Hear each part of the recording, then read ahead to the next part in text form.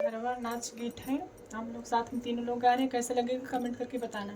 हाँ चलिए हमें लगनी। आज मोरे नैना बेचैना भये, बिना बालम के रात, बिना साजन के रात।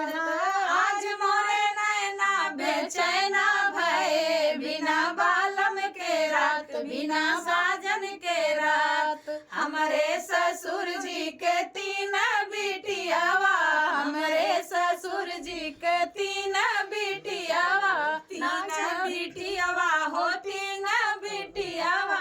ना जाने कौन के आने गए, बिना डोली कहार, बिना डोली कहार। ना जाने कौन के आने गए, बिना डोली कहार, बिना डोली कहार। मोरे नैना बेचैना भये, बिना साजन के रात, बिना बालम के रात। हमारे ससुर जी के तीन बगीचा, हमारे ससुर जी के तीन बगीचा, तीन बगीचा हो तीन बगीचा। ना जाने कौने में दौड़ल गए, बिना बौरे के आम, बिना बौरे के आम। अरे ना जाने कौने में दौड़ गए, बिना बौरे के आम, बिना बौरे के आम। आज मोरे नैना बेचैना भये, बिना बालन के रात, बिना साजन के रात।